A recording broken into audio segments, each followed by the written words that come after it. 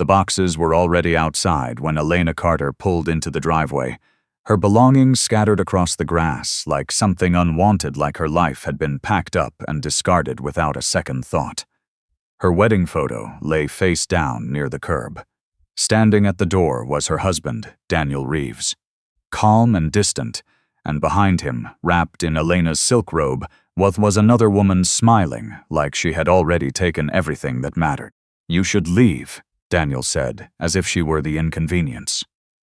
Elena didn't argue. She didn't cry. She just looked past him into the house she had quietly paid for, because what Daniel didn't know was that he hadn't just humiliated his wife. He had just thrown out the woman who owned the company he worked for. Welcome to today's story. If you enjoy emotional drama and shocking twists, don't forget to like this video and subscribe for more unforgettable stories. And before we begin, let me know where you're watching from in the comments. 3 hours earlier, Elena still believed her marriage could be saved. She had left work early that day, something she almost never did. Her assistant had noticed, of course everyone noticed when Elena changed her routine, but no one asked questions. They never did. Elena preferred it that way. The drive home had been quiet. Too quiet. She had replayed Daniel's words from the night before over and over in her head. The way he had spoken to her, dismissive, irritated, like she was a burden he had outgrown. It hadn't been the first time. Months now, something had been off. Late nights at work, sudden business trips, phone calls taken in another room, and when she asked, he would brush it off with a tired sigh, as if she were the one being unreasonable. She had wanted to believe him. She had chosen to believe him. Because the alternative felt like admitting she had built her life around someone who never really saw her. When she turned onto their street, nothing seemed out of place at first. The same trimmed lawns, spacing prim, quiet houses, the same neighbors who waved politely and kept their distance. Then she saw it, the boxes, dozens of them. Her hands tightened on the steering wheel, but her expression didn't change. She parked slowly, turned off the engine, and sat there for a moment longer than necessary. There it was. The truth she had avoided. When she stepped out of the car, the air felt heavier. The sprinklers were still running, soaking the edge of a cardboard box filled with her clothes. A book she had been reading last week was half open in the grass. Her coat lay crumpled near the mailbox. Someone had done this in a hurry, or without care. She walked toward the house, steady and quiet. The front door opened before she reached it. Daniel stood there, arms crossed, his expression flat. No guilt, no hesitation, just irritation, like she had shown up at the wrong time. "Elena," he said, not warmly, not even neutrally. Just her name. Behind him, the woman stepped into view. Blonde, younger, confident in a way that only came from believing you had already won. She adjusted the silk robe around her shoulders, Elena's robe, and leaned slightly into Daniel's space, claiming it without saying a word. "I packed your things," Daniel said. "It's better if you stay somewhere else for now." For now. Elena studied him, really studied him. The man she had married, the man she quietly supported even when he didn't know it. The man who stood in a house he believed was his, wearing confidence he believed he had earned. "How long?" she asked. Daniel exhaled, annoyed. "Does it matter? It does to me." He glanced back at the woman, then returned his gaze to Elena. "About 2 years. 2 years. Elena nodded once, not because she accepted it, but because she understood something important in that moment. This wasn't a mistake. This was a decision. "We're together now," he added, like he was clarifying something obvious. "You had to know this wasn't working." Elena almost smiled, not because it was funny, because it was predictable. She could have ended it right there. She could have pulled out her phone, opened the documents, shown him the ownership's structure of the house. The trust, the signatures, the quiet network of decisions that connected everything in his life back to her. She could have told him who really approved his promotions, who signed off on the budgets, who made sure his career kept moving forward even when he barely deserved it. But she didn't. Because Elena didn't make moves out of emotion. "Okay," she said instead. Daniel blinked, thrown off by the lack of resistance. He had expected tears, anger, something dramatic. "That's it?" he asked. "That's it." She walked past him, into the house for the last time. The woman stepped aside, watching her with quiet curiosity. Elena didn't look at her again. Inside, everything felt smaller than she remembered. Not physically, emotionally. Like the space had shrunk to match the reality of what it had always been. She picked up a few things that hadn't made it into the boxes. A watch, a folder, a set of keys. Daniel followed her halfway into the living room. "You can take the rest later," he said. "We'll figure out the details, Elena paused for a second, then continued moving. Outside, she loaded the last box into her car. Her movements were precise, controlled. No shaking hands, no rushed breathing, just quiet execution. As she closed the trunk, her phone buzzed. She glanced at the screen, a name saved under two simple initials, RC. She answered through the car's Bluetooth as she got behind the wheel. "I saw the alert," the voice said immediately. Calm, professional, concerned, but controlled. "Do you want us to intervene?" Elena looked once at the house in her rearview mirror, at the man who thought he had just taken control of his life, and the life he didn't realize had never belonged to him. "No," she said softly. A small pause on the other end. "Then we wait?" Elena's expression didn't change. "Yes," she said. "We wait." She ended the call, started the engine, and drove away without looking back again. Behind her, Daniel stood in the doorway of a house he thought was his, and for the first time, everything in his life was about to start unraveling. The penthouse suite was silent when Elena steps inside. Not the kind of silence that felt empty, but the kind that felt controlled, designed, every surface clean, every detail intentional. It was the opposite of the house she had just left. She placed her keys on the marble counter and stood there for a moment, letting the stillness settle around her. No raised voices. No tension lingering in the ear, no pretending, just quiet. Her phone lit up again. "Daniel, call number 6. She let it ring until it stopped. Then came the message. "Where are you? We need to talk about this. Don't make this harder than it has to be." Elena stared at the screen, her expression unreadable. He still thought this was something he controlled. A disagreement, a situation he could manage. He still thought she needed him. She set the phone down without replying and walked toward the floor-to-ceiling windows. The city stretched out below her, glowing in late afternoon light. Glass towers, traffic lines, movement everywhere. A world Daniel had never really seen. Another phone buzz. "Not him this time, Richard," she answered. "Everything is secured," he said immediately. His voice was calm, but there was an edge underneath it. "Your personal belongings from the property will be retrieved tomorrow morning through legal access. No confrontation." "Good." A short pause. "And Daniel?" Elena didn't answer right away. She watched a helicopter pass slowly across the skyline. "He believes he made a decision," she said finally. Richard let out a quiet breath. He doesn't understand what he just did. "No, and you want us to continue holding?" Elena turned slightly, leaning one hand against the glass. "Yes." "How long?" Her eyes didn't move, long enough for him to feel secure. Another pause. Richard knew what that meant. "Understood," he said. "Legal and HR are ready when you give the word." Elena ended the call without another word. She walked to the bedroom and opened the closet. A different life hung there. Tailored suits, designer fabrics, clean lines. Nothing like the simple wardrobe she kept at the house with Daniel. That version of her had been carefully constructed, neutral, unthreatening, easy to underestimate. She had played that role well, too well. Her reflection in the mirror looked back at her. Same face, same eyes. But something had shifted. Not broken, sharpened. Her phone buzzed again. This time, a text from an unknown number. She already knew who it was. Daniel had switched to another phone. "You can't just disappear like this. We need to talk about the house. The house."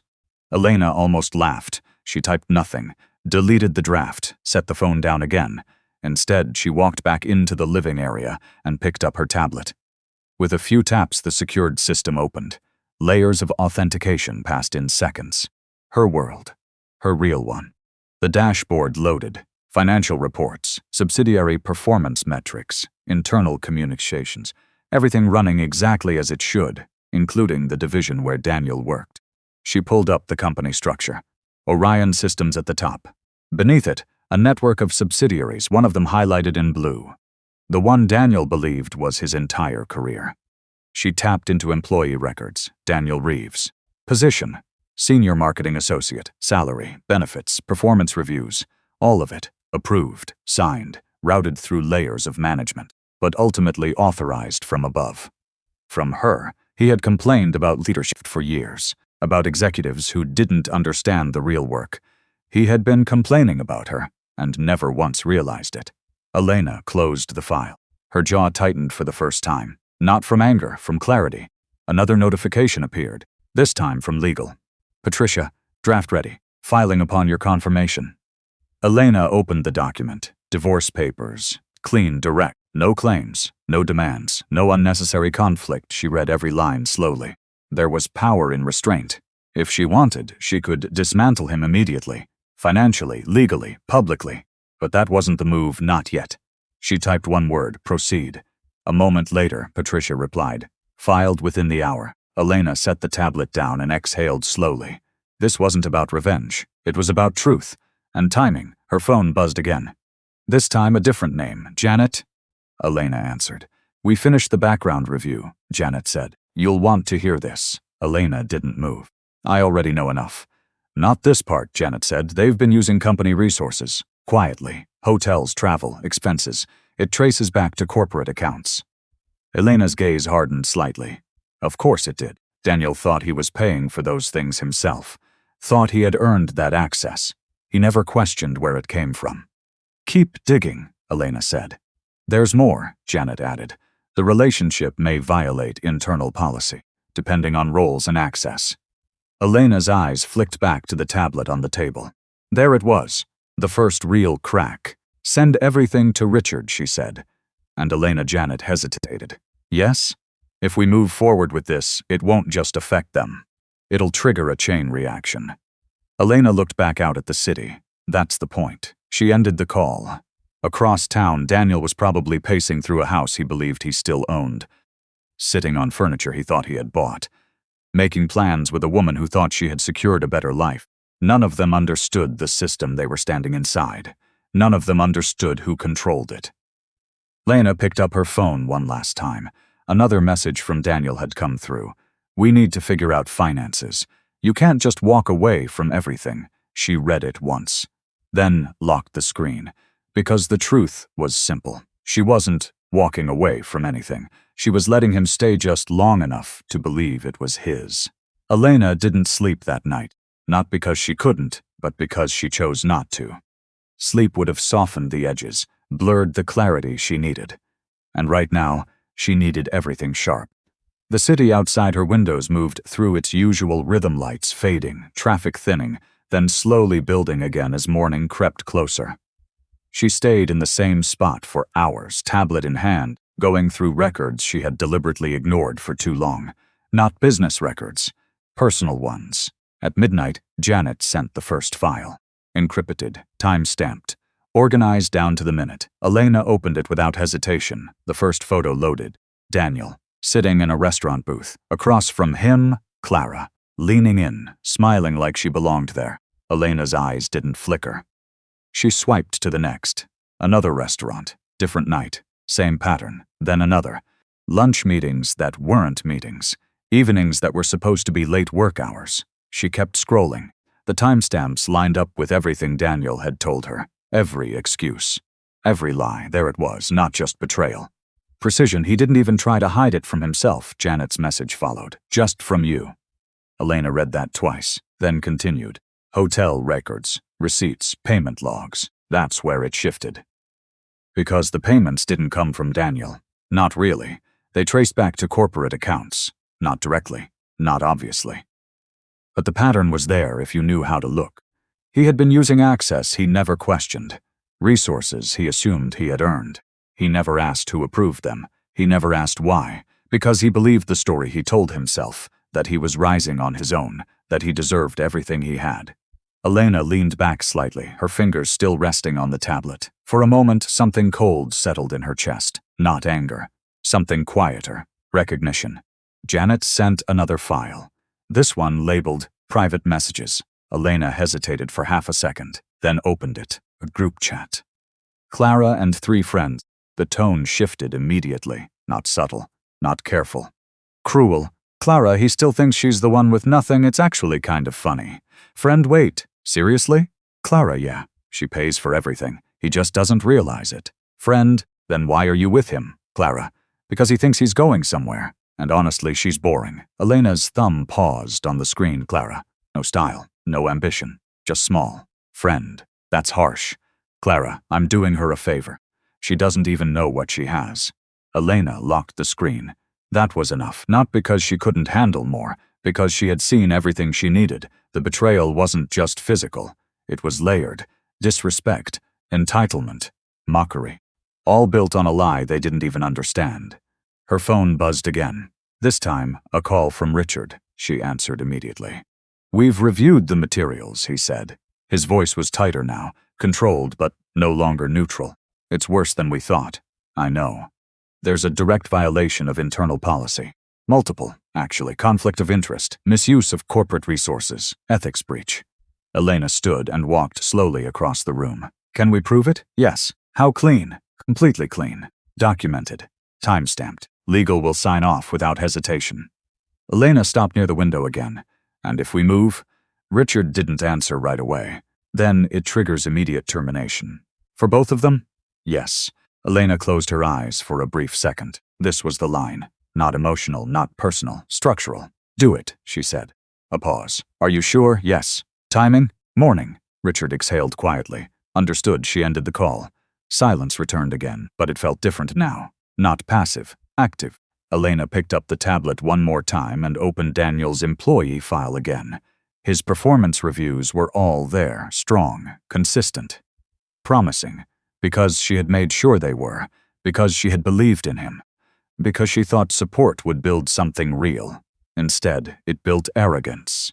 She closed the file and opened another, Clara's. Lower position, limited access, but still within the executive layer, still bound by the same policies.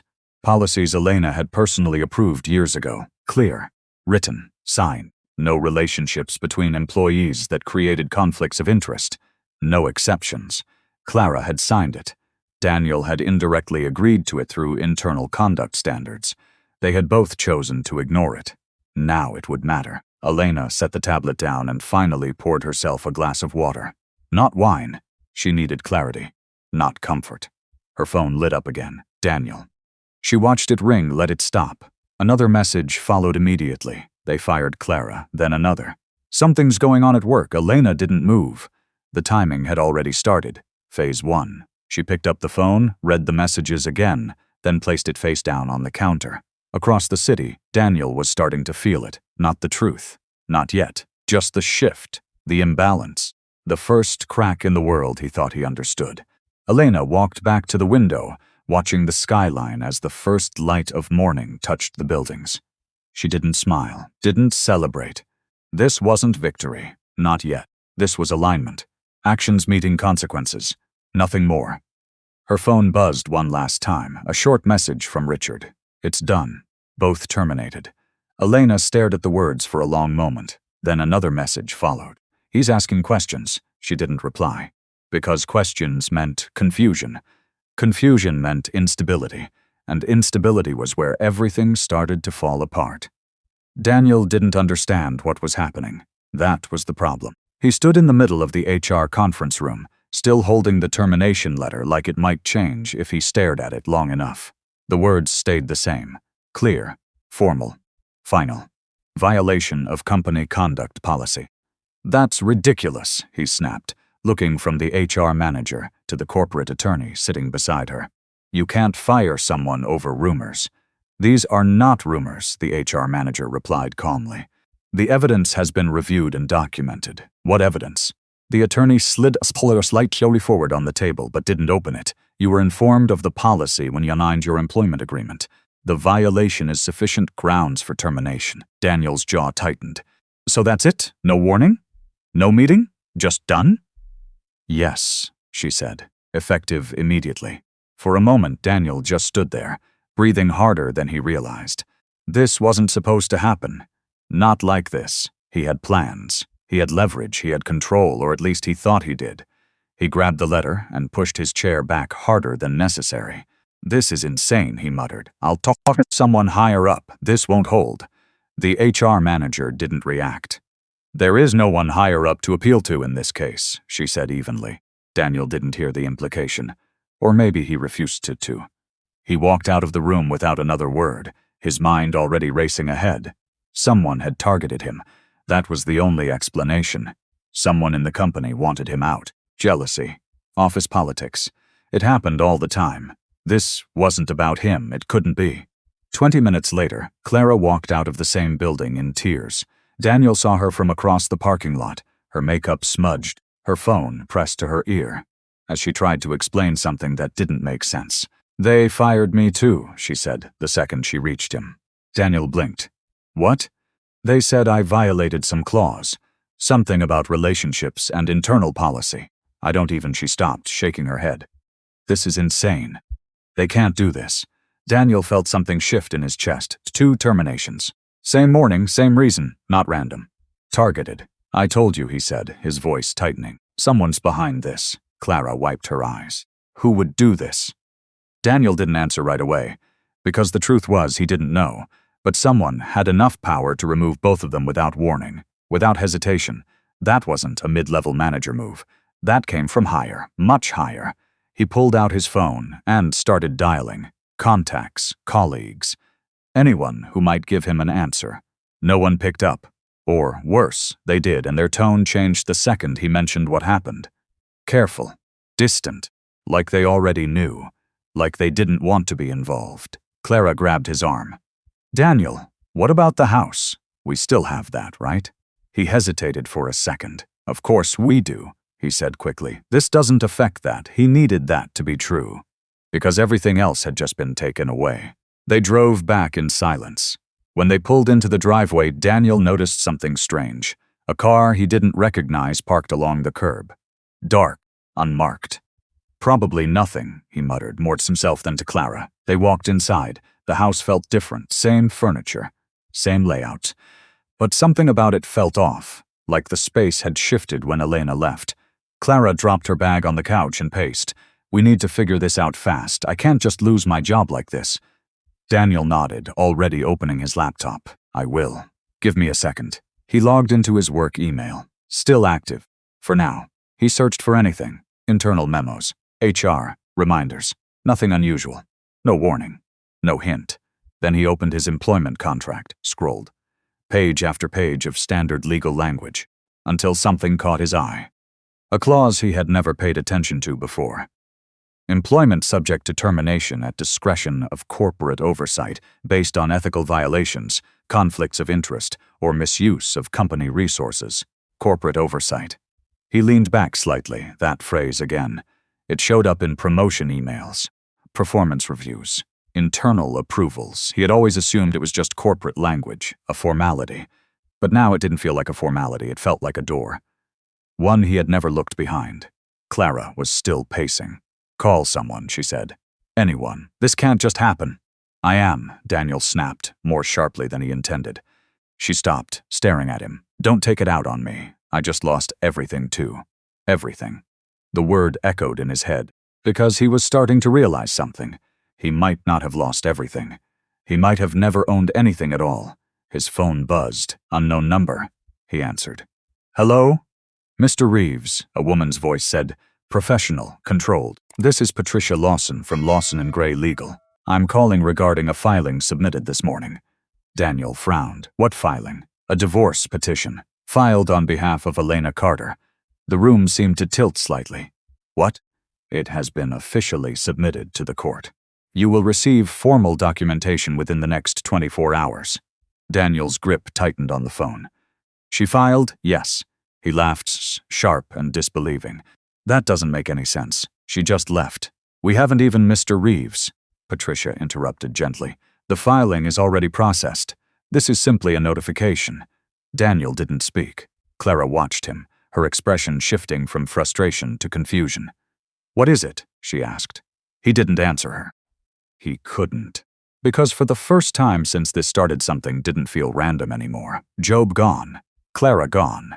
And now Elena filing for divorce. Too clean. Too fast. Too precise, like someone had planned it. The voice on the phone continued, "If you have legal representation, they can contact our office. Otherwise, instructions will be included in the documents." The call ended. Daniel lowered the phone slowly. Clara stepped closer. "Daniel, what's going on?" He looked at her, but his focus wasn't really on her anymore. It was somewhere else, somewhere just out of reach. "Elena filed for divorce," he said quietly. Clara blinked. "So? You were going to do that anyway." Daniel shook his head slowly. "No, not like this. Because this didn't feel like a reaction. It felt like a move, and suddenly he wasn't sure he was the one making them anymore. His laptop screen was still open in front of him, the words corporate oversight staring back at him. For the first time, Daniel felt something he couldn't explain. Not anger, not confusion, something deeper. Unease. Like there was a structure around him he had never seen, and someone else was deciding exactly how it would collapse. Daniel didn't sleep either, but unlike Elena, his exhaustion came from confusion, not control.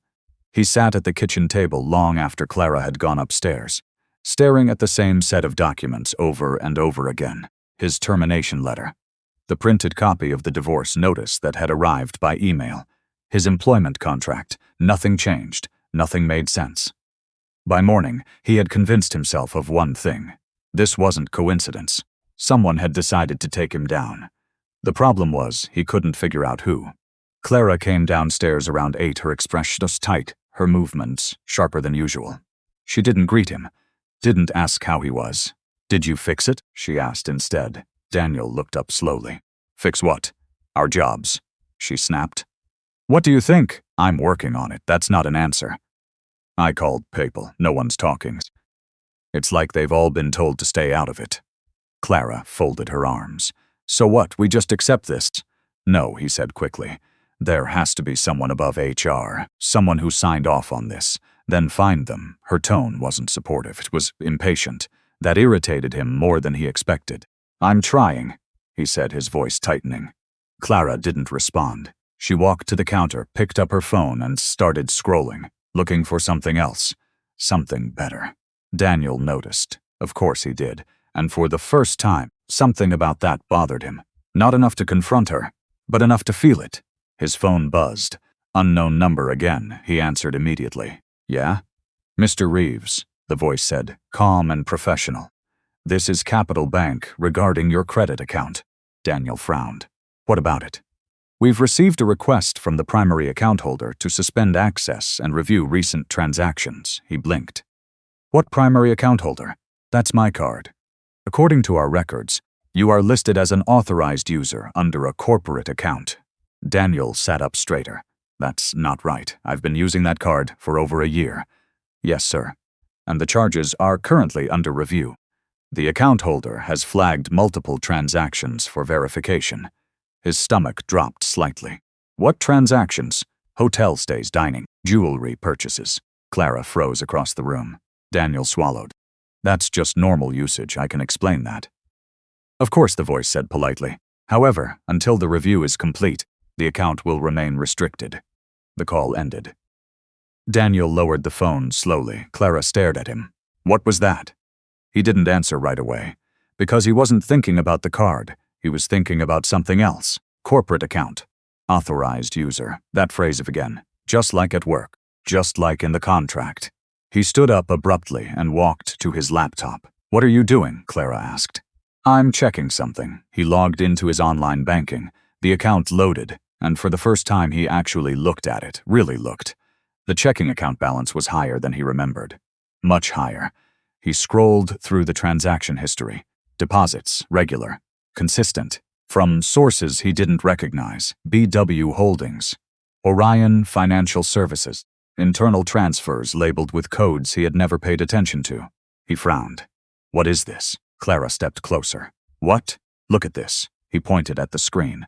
"These deposits, I didn't make these." Clara leaned in, scanning the numbers. Then who did? Daniel's mind raced. There was only one other person on the account. "Elena," he said, quiet. "With what money? She barely makes anything." Daniel didn't respond, because that was the problem. He had always believed that. Without questioning it, he scrolled further back, more deposits. Larger ones. Months. Years. All the way back to when they bought the house. His chest tightened. "This doesn't make sense," he muttered. Clara crossed her arms again. Maybe she had savings. Or family money. Daniel shook his head. "Not like this. Not consistently." He opened another tab. Pulled up the mortgage account. Or what he thought was the mortgage account. Payment history. Regular transfers. But something felt off. The account number. The structure. It didn't look like a typical loan setup. He clicked into the details. Ownership BW Holdings Trust. Daniel stared at the screen. "What does that mean?" Clara asked. "It means he stopped because he didn't actually know. But it didn't feel right." "Didn't we buy this house together?" Clara pressed. "Yes." "With her inheritance?" "Yes." "Then why is it under a trust?" Daniel's mouth went dry. He remembered the paperwork, sort of, Elena handling most of it, saying she'd take care of the details, that it was easier that way. He had signed where she told him to sign. Because he trusted her, because he didn't think it mattered, because he assumed everything was shared. He never checked, not once. A knock at the door cut through the silence. Both of them froze. Daniel frowned and walked toward it slowly. When he opened it, 3 people stood outside. A woman in a tailored suit. 2 men behind her. "Mr. Reeves?" she asked. "Yeah." She held out a folder. "I'm with property management. I'm here regarding this residence." Daniel didn't take the folder. "What about it?" "The property owned by BW Holdings Trust. We've issued a formal notice of occupancy termination." He blinked. "What? You have 30 days to vacate." The words didn't register at first. "That's not possible," he said. "This is my house." The woman's expression didn't change. "According to the deed, it is not." Daniel felt the ground shift under him. Clara stepped closer behind him. "There is no mistake," the woman replied. Calmly, "All documentation is included." Daniel finally took the folder. His hands felt heavier than they should. Inside were the papers, official, stamped, clear, ownership. BW Holdings Trust. Not his name, not even Elena's. Just the trust. He flipped through the pages faster, like speed would change the outcome. It didn't. "This doesn't make any sense," he said, his voice thinner now. The woman nodded slightly. "You can contact the listed legal office if you have questions." She turned and walked away. The 2 men followed. Daniel stood there in the doorway, the papers in his hands, the house behind him, suddenly unfamiliar. Clara whispered, "Daniel." He didn't answer. Because something had just cracked open. Not the full truth. Not yet. But enough. Enough to realize he might not have been standing on solid ground this entire time. Daniel didn't move for a long time after the door closed. The folder stayed open in his hands, the words blurring together until they stopped feeling like language and started feeling like weight. Clara was still behind him, but quieter now. Not impatient. Not sharp. Just uneasy. "Daniel," she said carefully, "we need to figure this out." He nodded once, slowly, then walked back inside without answering. For the first time since the termination, something inside him shifted. This wasn't just bad luck. This wasn't just someone targeting his job. This was bigger. And somehow it was connected. He sat down again, this time with his laptop already open. His hands moved faster now, less hesitant. Search bar. BW Holdings Trust.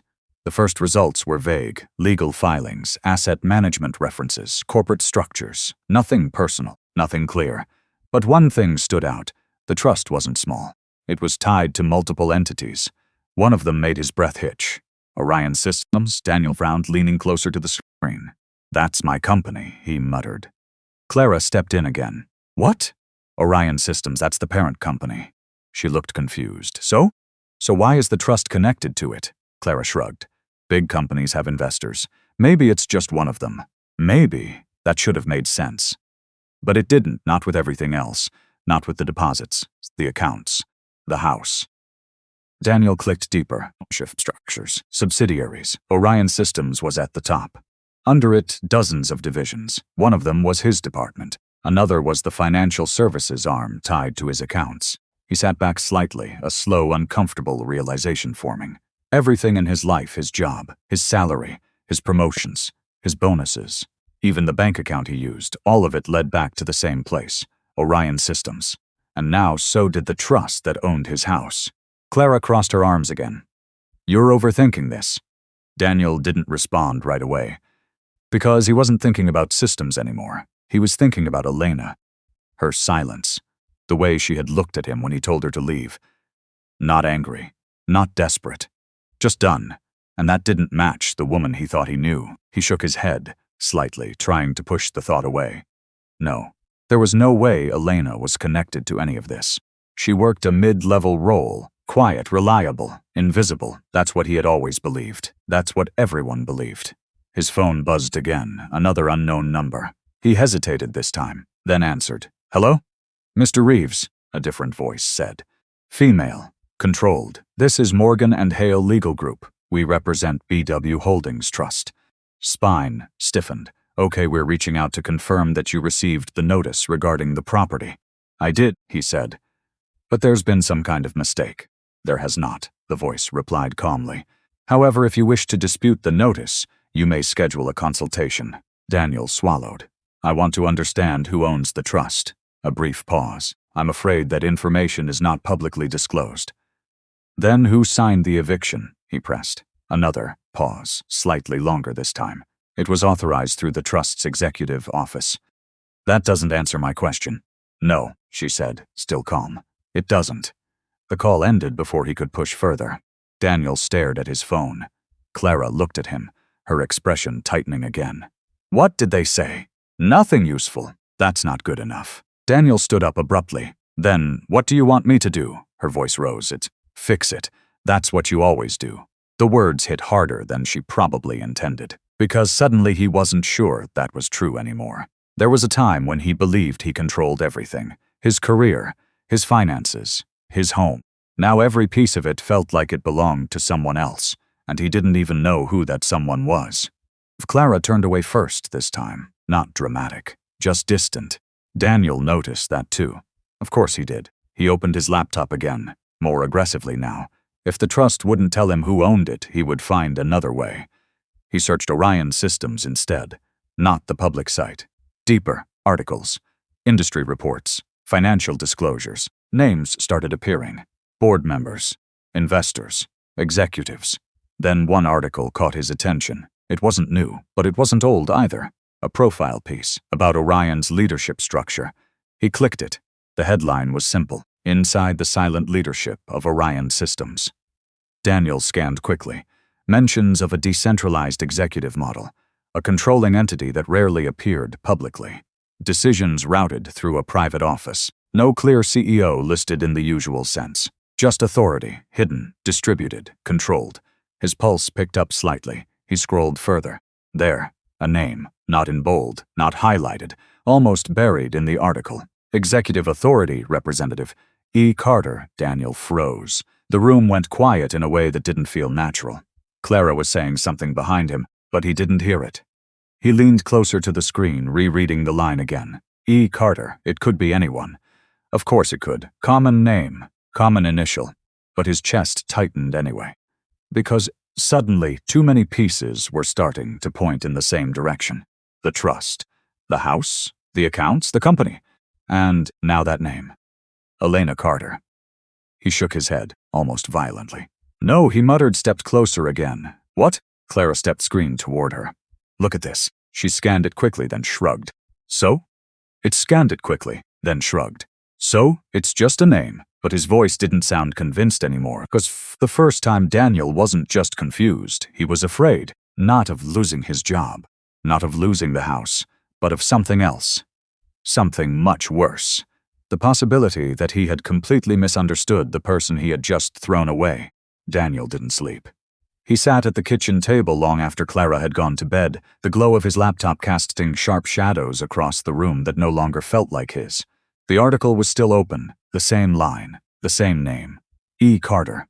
He read it again, then again. Every time it felt less like coincidence and more like something he had refused to see. By morning, he had made a decision. He needed proof. Not guesses, not patterns, something real. He drove a house early before most people arrived. The building looked the same, glass, steel.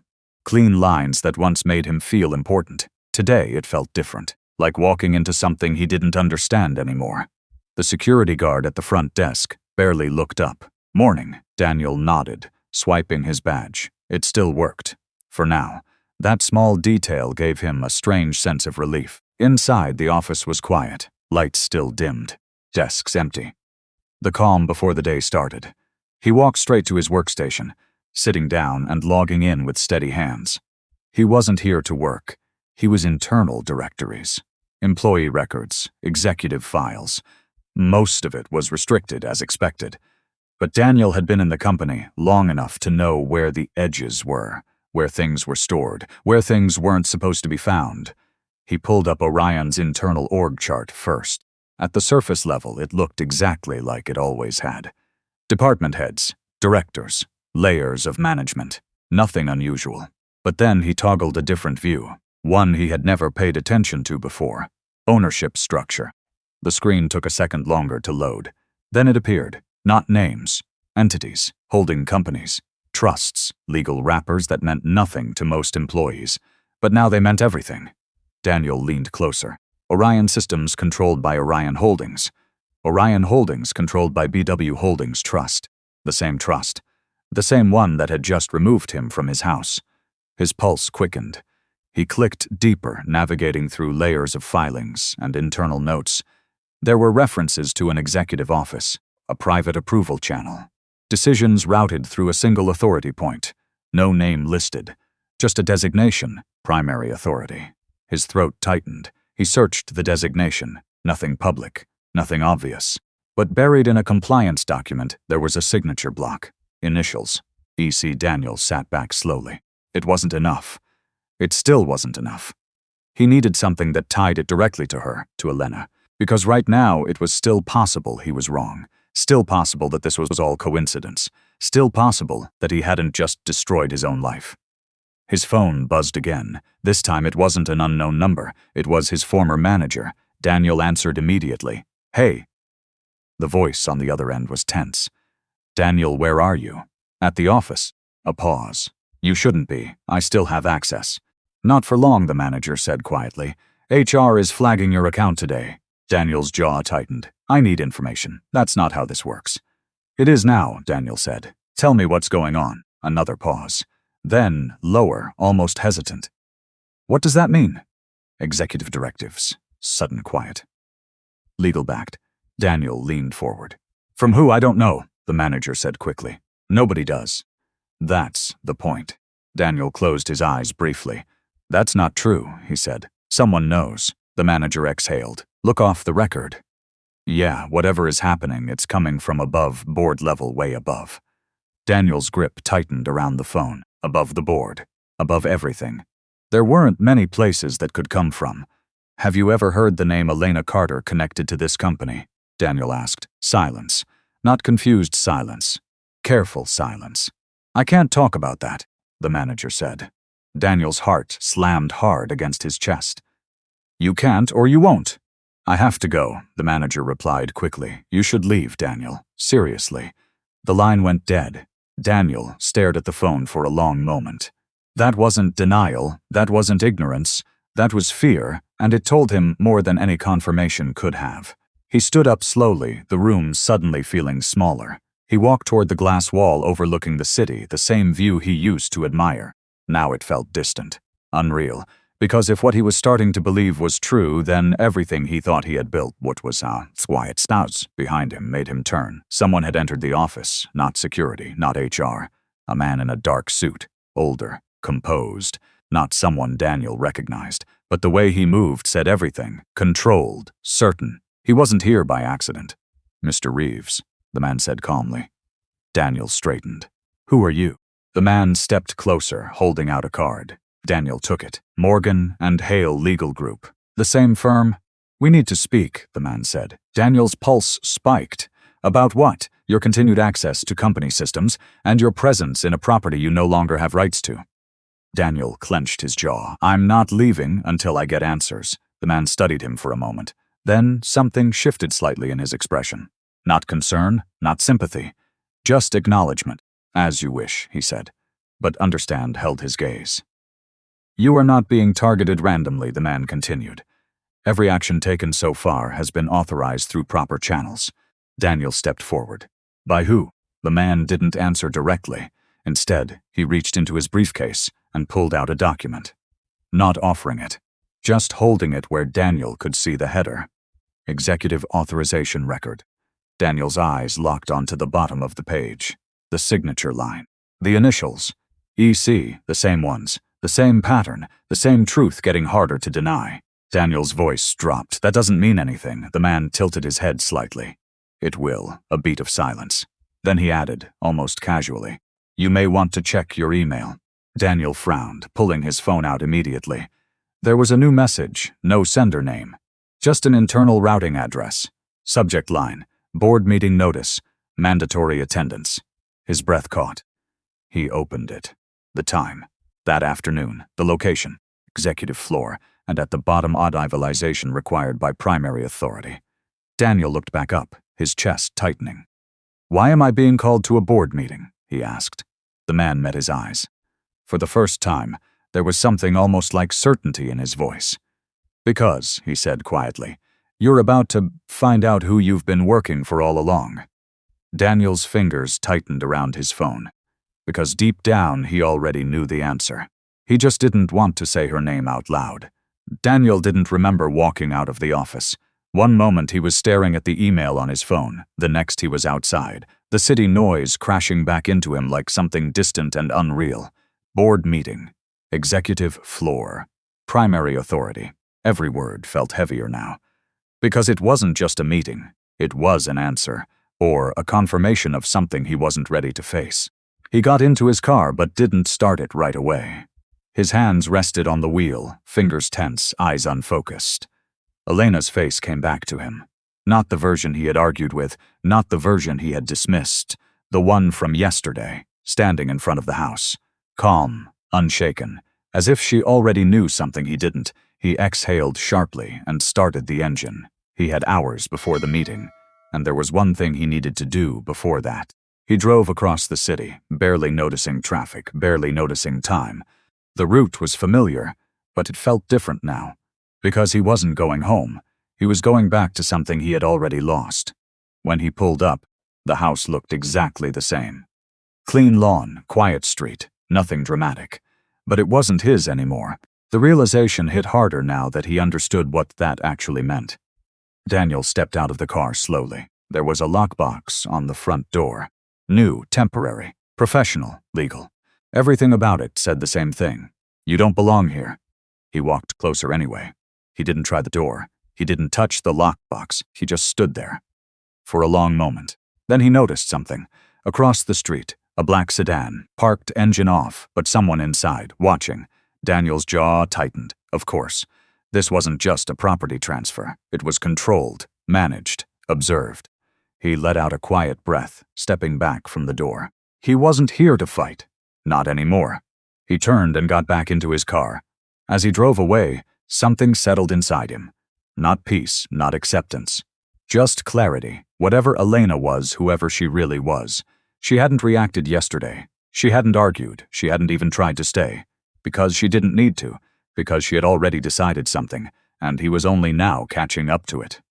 Back at the office, the building felt different again. Full this time. People moving, talking. But there was an undercurrent Daniel hadn't noticed before. Something quiet. Something tense. He walked through the lobby, and for the first time he noticed the way people looked at him. Not openly, not directly, but it was there. Recognition, whispers. He reached the elevators, swiping his badge again, still active. Barely, the doors opened and he stepped inside. Executive floor required special clearance. He knew that. Everyone knew that. He had never been up there, never had a reason. Until now. He pressed the button anyway. Nothing happened, of course. He exhaled slowly, leaning back against the wall. Then his phone buzzed, another message. Unknown sender, just 2 words. Use override. Attached was a temporary access code. Daniel stared at it. Who sent this? Why? He hesitated for a second, then entered the code. The panel lit up. The executive floor button unlocked. The elevator started moving. His pulse quickened as the numbers climbed. Each floor felt slower than the last. Each second stretched tighter, until finally the doors opened. The space was nothing like the rest of the building. Quieter, controlled glass walls, minimal design. Everything precise. There were people here, but not many, and they weren't moving casually. They were waiting. A woman at the front desk looked up as he stepped out. Her expression didn't change, but her posture did. Straighter, more formal. "Mr. Reeves," she said, "you're expected." Daniel stopped in front of her. "Who sent me the access code?" She didn't answer. Instead, she gestured toward a hallway. "The boardroom is prepared." Prepared. The word sat wrong he was attending, like this wasn't something arranged for him. He walked down the hallway slowly.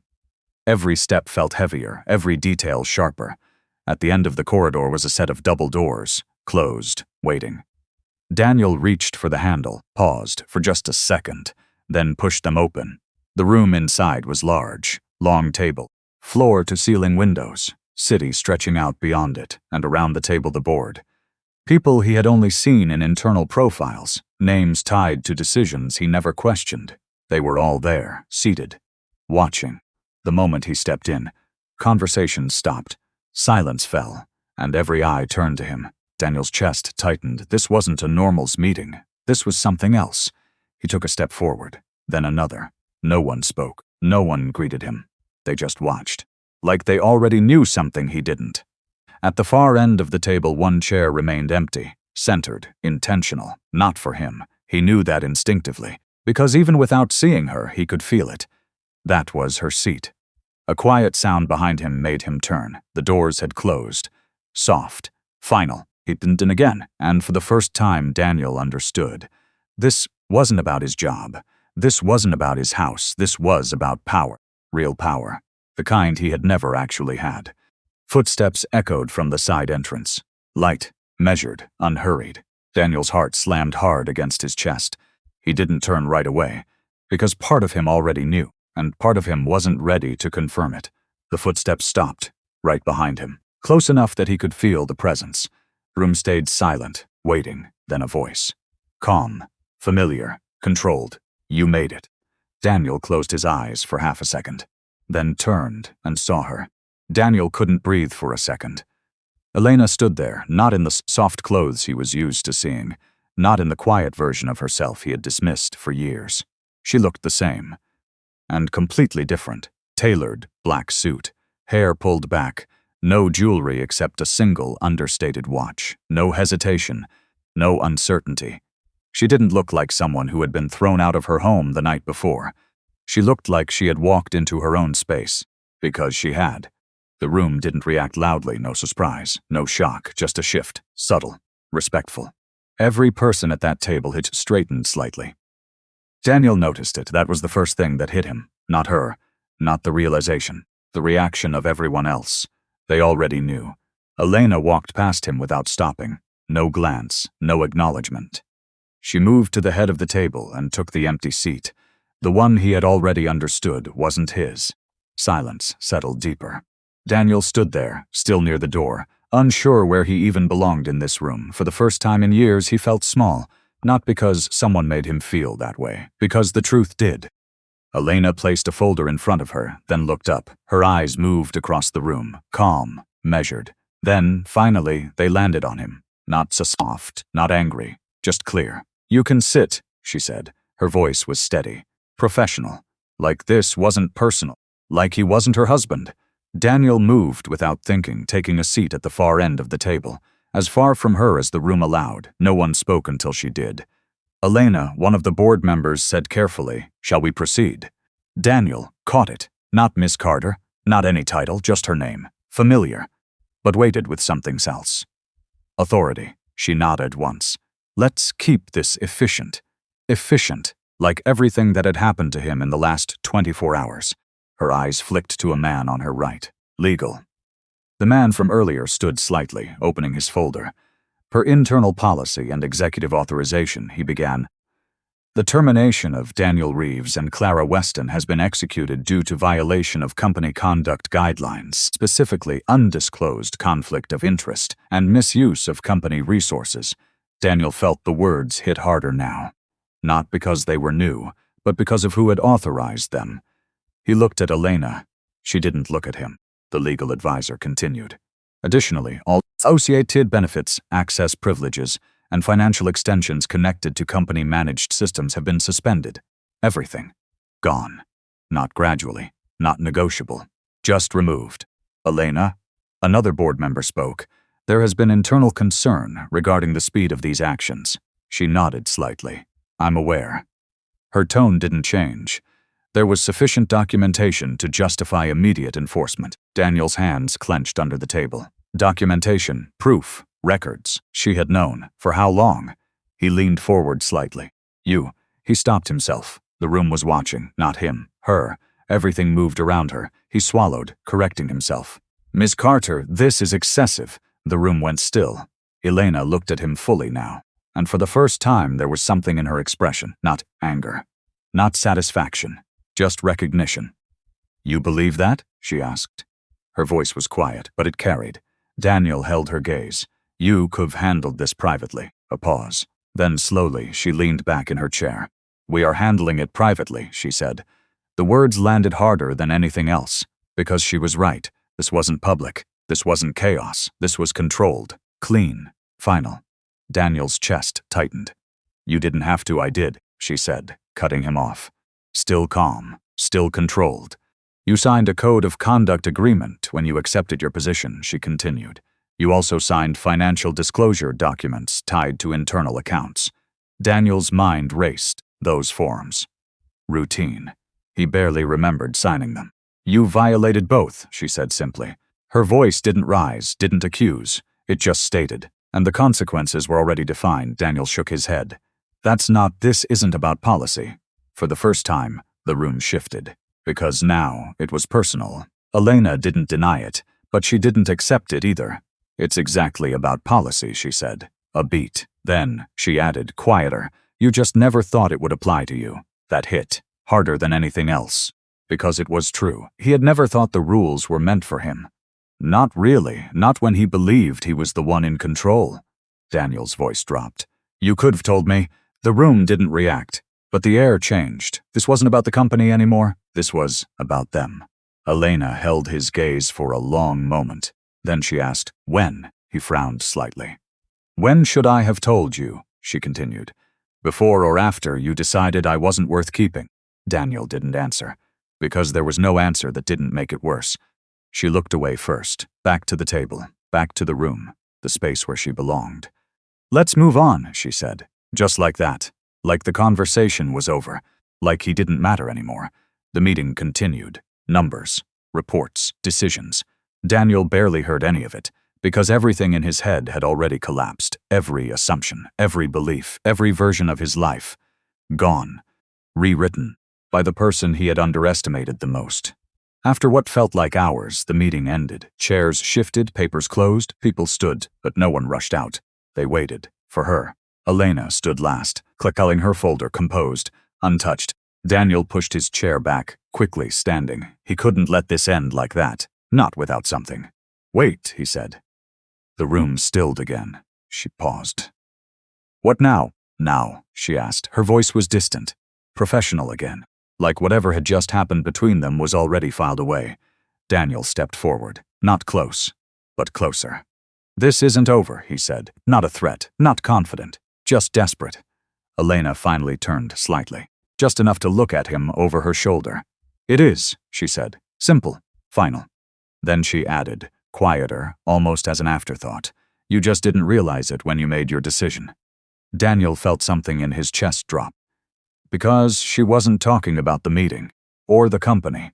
She was talking about the moment he chose to throw her out. The moment everything ended. She walked out, no hesitation, no pause. The board followed, one by one, until Daniel was the only one left in the room, alone. In a space that had never been his phone buzzed again. Another message, this time from an unknown number. He opened it slowly, one line. Divorce. Divorce documents have been filed. Review with your counsel. Daniel stared at the screen, then looked up at the empty chair at the head of the table, and for the first time he understood. He hadn't just lost his job. He hadn't just lost his house. He had lost access to her. Completely. And there was nothing left he could do about it. The building felt different when Elena walked in that morning. Not because it had changed, because she no longer had to pretend she didn't belong there. No quiet entrances. No side elevators. No careful avoidance of recognition. People saw her now. Really saw her, and they didn't hesitate. Good morning, Miss Carter. Respect wasn't subtle anymore. It wasn't hidden behind emails or indirect approvals. It was direct, earned, undeniable. She nodded as she moved through the lobby, steady and composed. No rush, no need to prove anything. The weight she had carried for years, the need to be smaller, quieter, easier to accept, was gone. The boardroom doors opened before she reached them. Inside, the meeting was already set, screens lit, reports prepared, decisions waiting. But this time there was no gap between who she was and how she lived, no hidden identity, no divided life. She took her seat at the head of the table without hesitation, and this time she stayed exactly as she was. The meeting moved smoothly, confident, clear. Every decision was hers to make, and everyone in that room understood it. There were no questions about authority, no second guessing. She didn't raise her voice. She didn't need to. Control wasn't loud. It was consistent. Afterward, as the room cleared, one of the senior board members paused beside her. "You've changed the direction of this company," he said carefully, "in a very short time." Elena closed her folder. "The direction was always there," she replied. "It just needed to be followed." He nodded, thoughtful, then left without another word. She sat for a moment longer after everyone else was gone. Not because she had more work, because she allowed herself that space now. No pressure, no pretending, just quiet. Her phone buzzed softly. A message, not from a lawyer, not from a board member, not from anyone tied to her past, just a name she recognized in a different way. Marcus Hale. She stared at it for a second, then opened it. Coffee later, no agenda, just conversation. No expectations, no assumptions, no need to perform. He had met her weeks ago, after everything had already come into the open. He had known who she was from the beginning, and somehow that had made things easier, not harder, because there was nothing left to prove. She typed a short reply.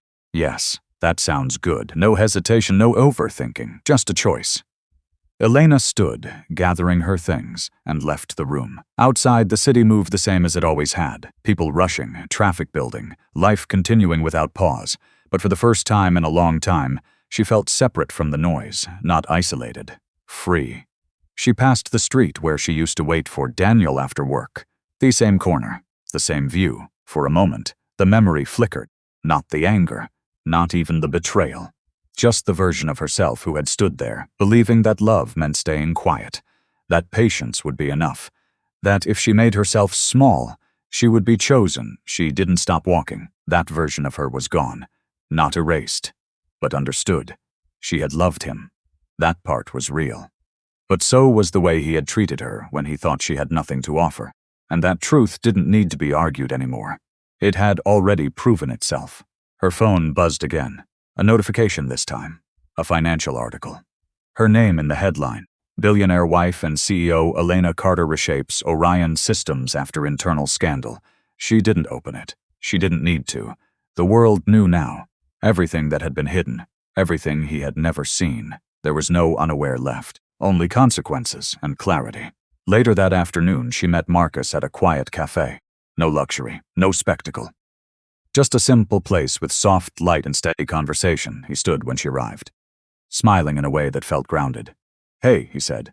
No titles, no weight, just her name. She sat across from him, relaxed. They talked. Not about business, not about the company, not of the past, just normal things. And for once, normal didn't feel like something she had to shrink into.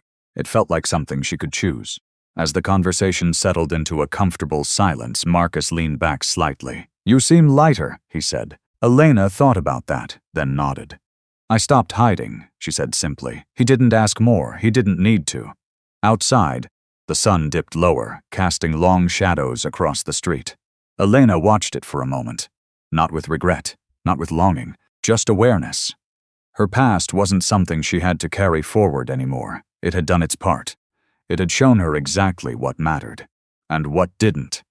She stood to leave, Marcus walking beside her. No pressure, no expectations, just a beginning, different from anything she had known before. As she stepped back into the city, she didn't look back, not at the company, not at the house, not at the life she had outgrown, because she didn't need to reclaim anything anymore. She had already taken back what mattered. Her voice, her choices, her worth. And this time, she wasn't going to hide it for anyone. If someone only valued you when they knew your worth, they never deserved you in the first place. If this story stayed with you, let me know what you think and whether you would have made the same choice.